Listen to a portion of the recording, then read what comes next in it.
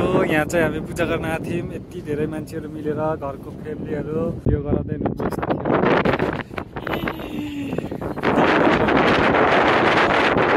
साथीहरू मिलियनमा।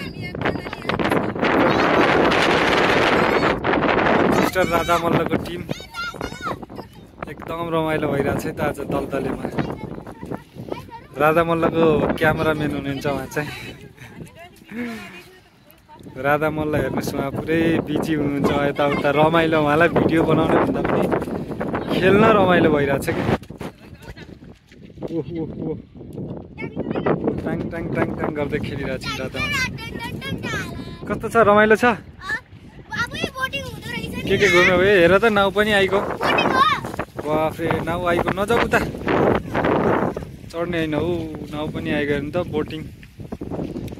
Boating system पनि रहेछ कि यहाँ साथीहरू।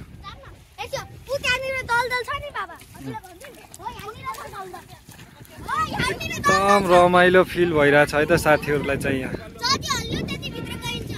बोटिङहरू देखेर बोटिङै गर्न मन लाग्यो क्या मलाई त। चस्मा लगाएर हेर्नु त यहाँ यस्तो राम्रो देखिनु भएको छ। कर्णालीको हेर्नु त यो सबैभन्दा फेमस हुने कारण चाहिँ यो पुल हो क्या। पुलले गर्दा फेमस भयो।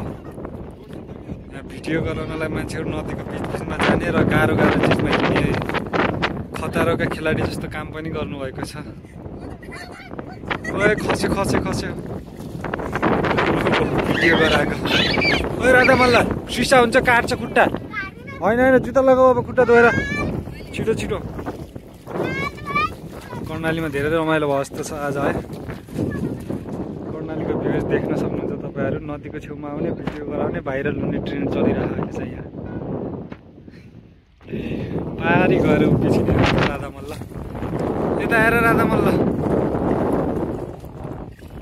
कोही नचेकन क्यामेराम्यान वहीँनिरै पुगिन् फेरि। म टाढैबाट खिच्छु यिनीहरू चाहिँ नजिक जान्छन् क्या। गड्डावाला पुगिन्छ।